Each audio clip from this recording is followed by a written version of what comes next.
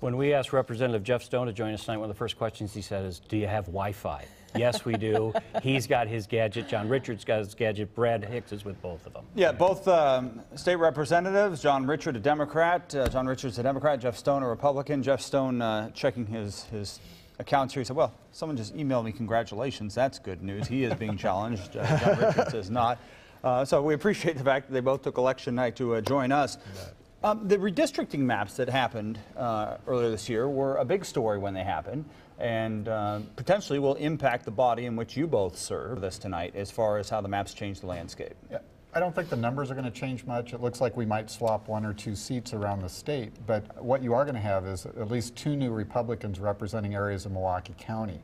We're going to have Rob Hutt represent. We're also going to have Joe Sanfilippo in an area in West Dallas that used to be represented by Tony Staskunas as a Democrat. So we're seeing some change in the metropolitan Milwaukee area because of that redistricting. Well, the Republicans did a real partisan hack job on the maps, and that's reflected in races around the state, where we're going to have a number of people who are going to hold on to their seats, but we're going to have a couple of losses.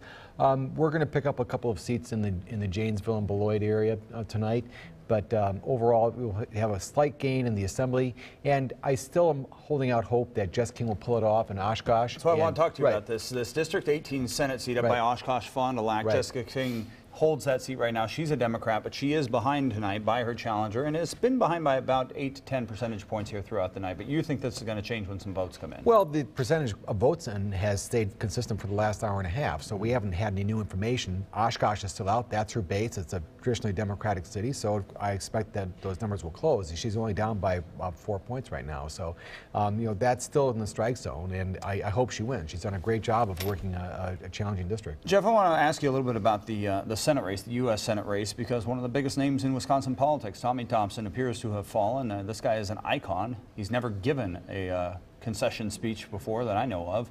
As a Republican in the state, I've got to believe that that's a bit of a surprise for you. Yeah, I mean, I think if you had, when you asked me about this race at the beginning, I would have said if Tommy Thompson's the nominee, he's going to win this race going away. So I think there's been a lot of surprise that this was as close a race as it was. I mean, one of the things you have to realize now, though, is that he hasn't been on a ballot in Wisconsin in 12 years, and in politics now that's an eternity. And so he really had a lot of work to do. I give Tammy Baldwin a lot of credit. Tammy and her team did a great job of keeping her message focused that this isn't the Tommy that you knew from 1998. He's not for you anymore, and they pounded that and pounded that and pounded that, and that really stuck with people in Wisconsin, obviously, tonight. And you know, Tommy Thompson at his height was a very formidable figure.